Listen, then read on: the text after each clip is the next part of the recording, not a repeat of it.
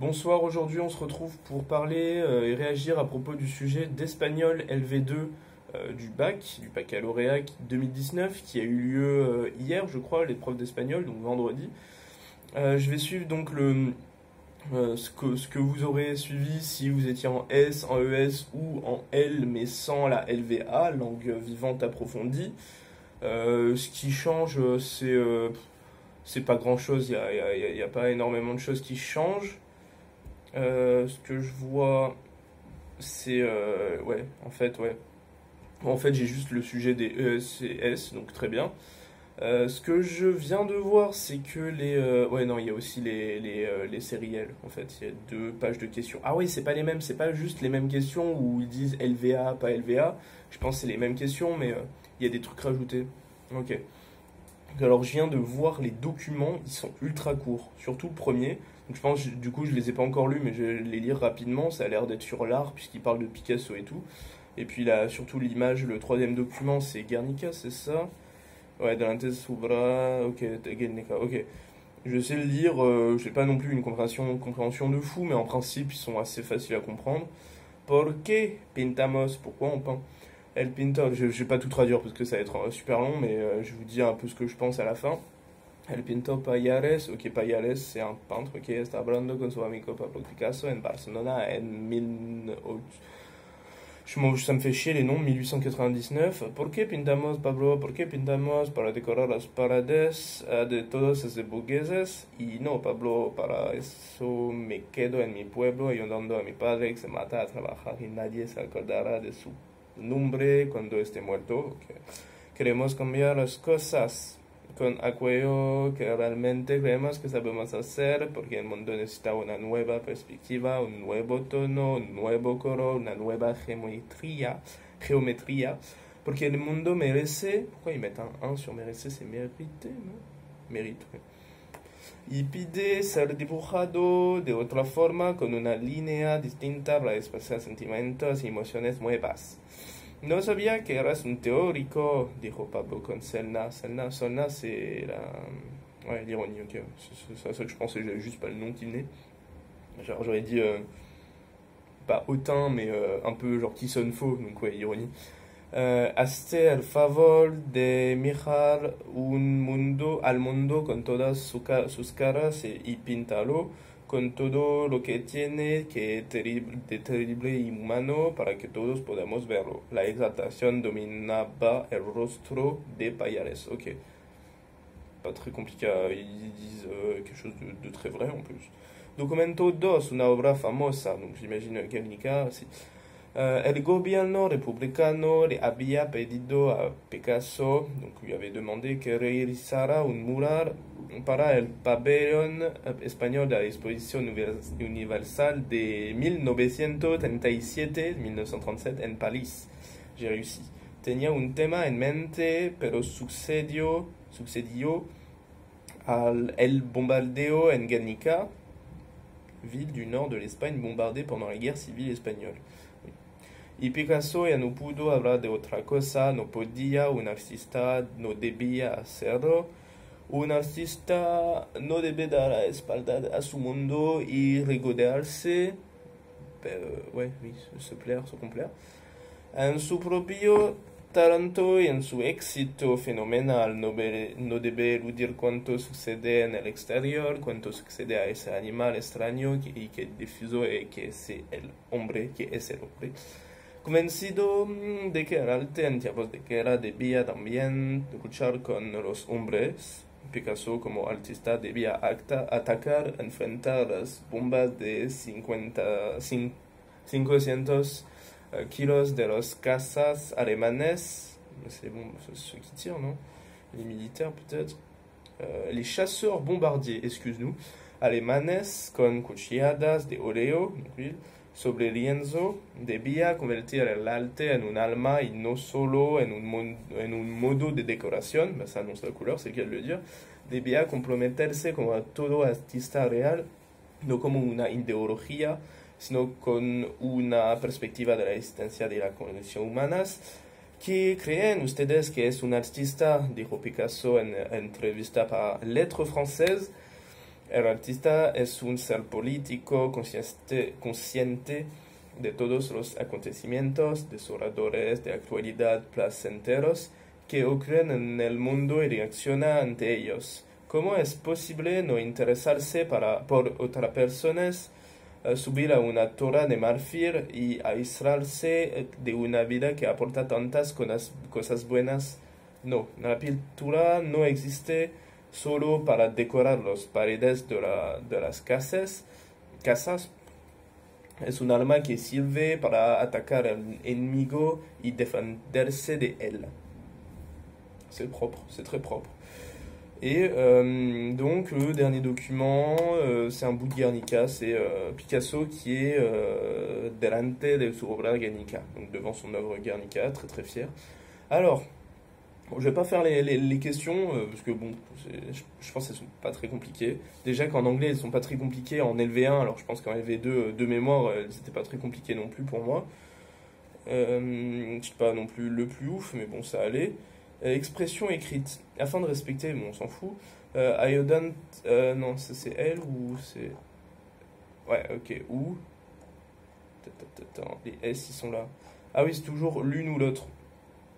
Soit apoyándote en los documentos contra la frase del documento, la pintura no existe solo para decorar las paredes de las casas. Donc en s'appuyant sur les documents, commenter la phrase du document 2. Le peintre n'existe pas seulement pour décorer les murs, enfin les peintures n'existent pas seulement pour décorer les murs des maisons. Ou di en qué medida los documentos 1 y 2 ilustran algunos aspectos de la notion lieu et forme de pouvoir. Donc dans quelle mesure les documents 1 et 2 illustrent certains aspects de la notion lieu et forme de pouvoir. En vrai, c'est un peu, je pense que c'est un peu les mêmes arguments qu'on pourrait donner, parce que le premier, décorer les murs et tout, ben non, justement, ça a du sens. C'est fait pour dénoncer des choses, pour montrer la vraie réalité, comme on pourrait dire. Parce que souvent, les peintures, pour justement décorer les maisons, c'est des choses jolies, esthétiques, des beaux paysages, des beaux portraits, des gens sous leurs meilleurs jours, comme les portraits de propagande aussi des rois français, etc. J'imagine que ça doit se faire autre part aussi. Donc bon, voilà, c'est pour luchar pour certains trucs, quoi. C'est pour lutter contre certains trucs, pour dénoncer, pour montrer ce qui se passe vraiment, pour même des fois choquer. Voilà, après il faut se baser sur le document, donc il faut reprendre bout par bout ce que j'ai dit. Mais en gros, c'est ça qu'il dit, quoi. Et surtout dans le premier, il dit, ouais, en plus c'est lié, c'est extirpé du premier document en mode... ah ben ça sert pas qu'à décorer les murs, quoi. C'est pas de la décoration, quoi, au final. C'est l'expression française, ouais, c'est pas juste décoratif, ouais, un truc comme ça qu'on dit. Voilà, c'est ça, on trouve dans le texte. Ça va, c'est pas un truc très très compliqué, je pense, à trouver. Et le deuxième, qui a l'air là juste plus... ah si, ça reste quand même très dans les documents. L'aspect de lieu et forme de pouvoir. Je déteste les notions, les trucs comme ça, mais là ça va, c'est assez proche du truc. Lieu, forme de... Ben, les deux en fait, lieu et forme de pouvoir. Lieu parce que ben, Pablo Picasso, il me semble qu'il est venu en France. Justement parce que justement avec Guernica il dénonce ce qui se passait en Espagne, puisqu'il était espagnol, je pense que vous l'avez compris, et ou surtout vous le savez. Et il y a eu tous les franquistes, etc., qui ont envahi, enfin qui ont un peu terrorisé l'Espagne, et du coup lui il s'est cassé. Je sais plus s'il a été extradé ou juste il s'est cassé, ça m'étonnerait pas qu'il s'est juste cassé. Et du coup il avait il avait peint justement Guernica pour dénoncer ça, etc. Et d'ailleurs Guernica n'avait pas été exposé en Espagne au début. Après il est au musée de la Reina Sofia, je crois. J'étais allé le voir, un voyage scolaire, ouais, il est énorme, hein, le tableau. Il est pas extraordinaire, mais il est énorme. C'est impressionnant. Ouais, et il était pas là-bas, donc il dénonçait dans un autre pays ce qui se passait dans son pays.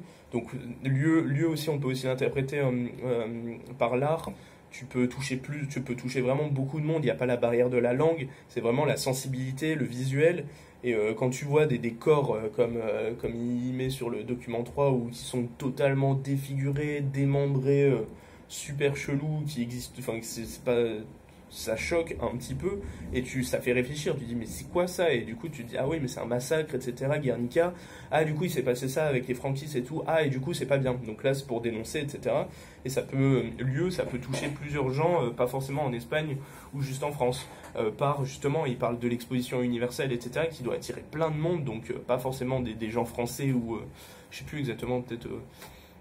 On flemme, on prend le truc universel, c'est un endroit dans un pays, ben, il y a aussi des gens d'autres pays, les gens influents de plein d'autres pays qui vont voir, parce qu'il devait être aussi un peu connu même pendant son existence, donc voilà, donc ça c'est les lieux, et forme de pouvoir, parce que je sais plus s'il parlait de ça, mais il y a tout l'aspect peinture de propagande pour le pouvoir, c'est les franquistes, j'imagine, enfin Franco, il faisait peut-être véhiculer des peintures en mode c'est trop bien ce qui se passe en Espagne, je suis le plus beau, je suis le meilleur, regardez toutes les villes, elles sont trop belles. Donc peut-être des peintures ou des photos, mais là c'est des peintures idéalistes qui sont vraiment de type propagande, en mode regardez c'est joli ce qu'on fait, faites comme nous, ou suivez-nous, ou adhérez-nous, ou tout ce que vous voulez. Et du coup, lui, justement, il prend le contre-pied de ça et il montre ce qui se passe vraiment là-bas et le vrai visage de l'Espagne ou justement du pouvoir, etc. Donc voilà, je pense qu'il y a pas mal de choses à dire. Et forcément, comme ça se raccroche à l'art, je trouve ça cool et intéressant. Après, c'est vrai que c'est Picasso, donc plutôt. C'est pas qu'il est pas très aimé, mais s'il fait des trucs qui sont très chelous, on va se le dire, on va se l'avouer.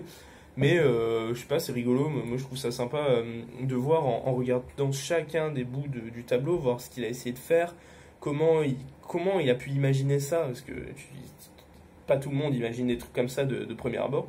Du coup, je trouve ça cool. Enfin, au final, les deux sujets, le sujet, en tout cas le thème, même de la LV anglais, était sympa. C'est des trucs assez.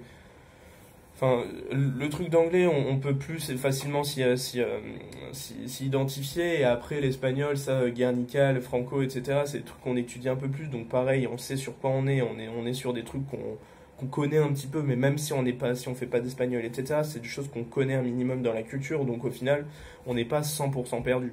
C'est pas, c'est comme un peu s'ils nous avaient mis un truc sur Frida Kahlo, quoi. C'est un truc qu'on étudie, qu'on sait ce que c'est, etc. Donc, et qui est pas non plus inintéressant. Bon, après, ça dépend. Il y en a qui détestent l'art et les trucs comme ça, mais moi j'aime bien, donc moi ça m'aurait fait kiffer. Et, voilà, je pense, vu les questions, vu la rapidité des questions et vu le temps qu'on met pour lire les textes, mais ils sont super courts les textes. Je savais pas qu'ils étaient aussi courts, peut-être parce que c'est LV2. Ils sont super courts, ils étaient quand même plus longs les textes de LV1.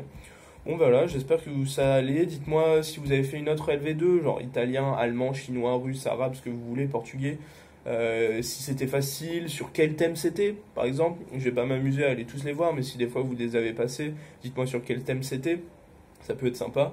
Et demain, mes notes de prépa qui arrivent, donc mes notes de prépa de première et de deuxième année. Je sais que vous arriverez certainement pas à ce niveau-là de la vidéo, mais bon, vous le verrez de toute façon demain quand ça arrivera.